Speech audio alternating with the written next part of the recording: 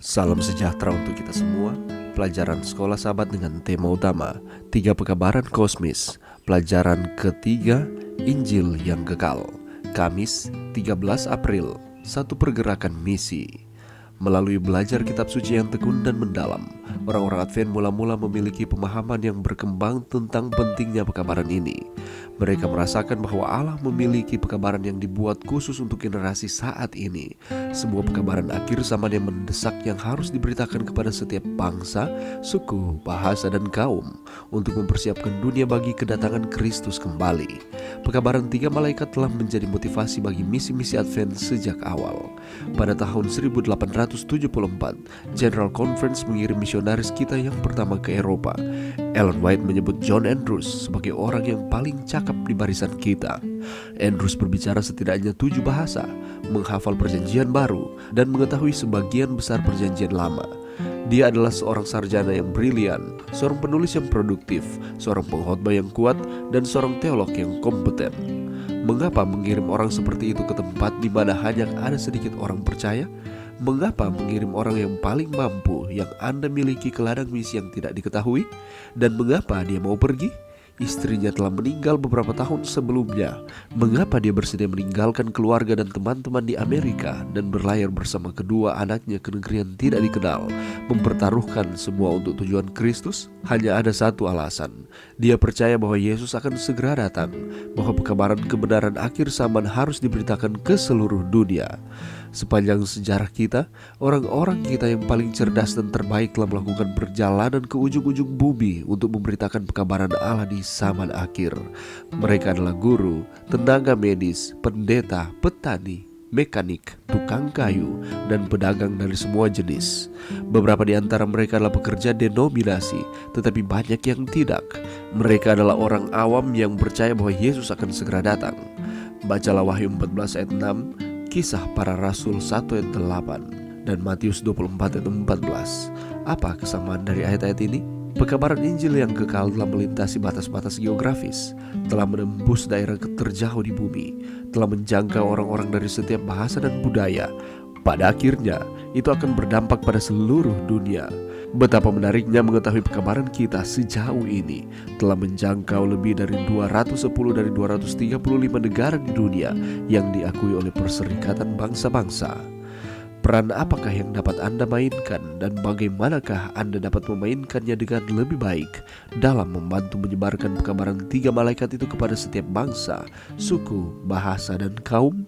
Pelajaran yang bisa kita dapatkan pada saat ini. Pekabaran Injil kekal ini berada pada jantung dari pekabaran 3 malaikat. Dengan kata lain, ini merupakan pekabaran yang sangat penting.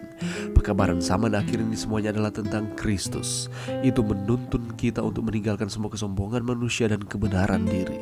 Itu mendorong kita untuk percaya sesungguhnya kepada Yesus bagi keselamatan kita.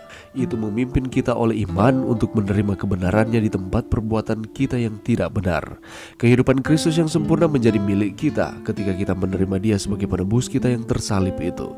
Injil mengundang kita untuk datang kepada Yesus bagaimana kita adanya, namun itu tidak meninggalkan kita di sana. Dalam merespons kasih Kristus, kita akan memiliki kerinduan untuk menghidupkan kehidupan yang saleh. Rahmat-Nya bukan hanya menutupi masa lalu kita, itu juga berfungsi seperti prinsip dinamis dalam kehidupan kita, memberi kuasa kita untuk menurut.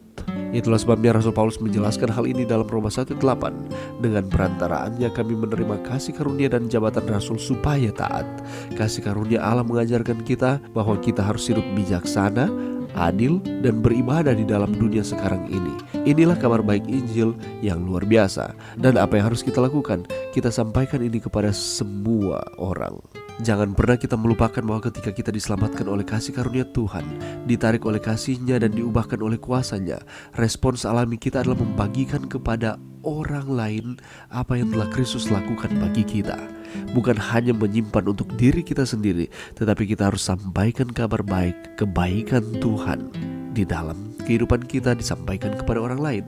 Ketika Injil melembutkan kekasaran kita, hati yang tercemar oleh dosa, maka kita menyampaikan atau menceritakan akan pengalaman iman kita, pengalaman kasih karunia yang kita rasakan, disampaikan kepada orang lain, sehingga orang lain akan menerima berkat Tuhan di dalam kehidupannya. Mereka akan mengerti bahwa Allah tidak meninggalkan manusia.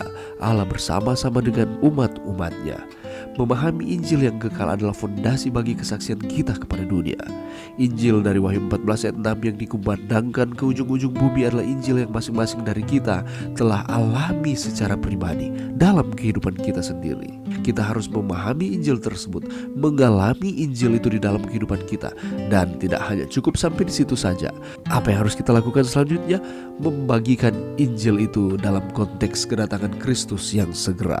Inilah yang dilakukan oleh para pionir gereja kita mula-mula. Semangat ini harus tetap berkobar di dalam diri kita di akhir zaman ini.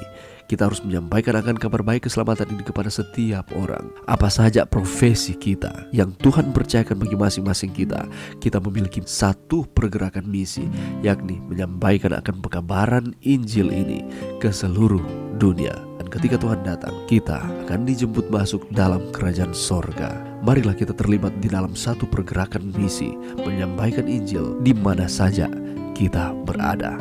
Mari berdoa.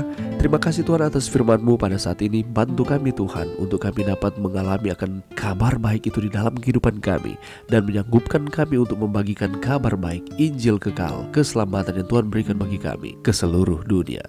Ini doa kami di dalam nama Yesus. Amin.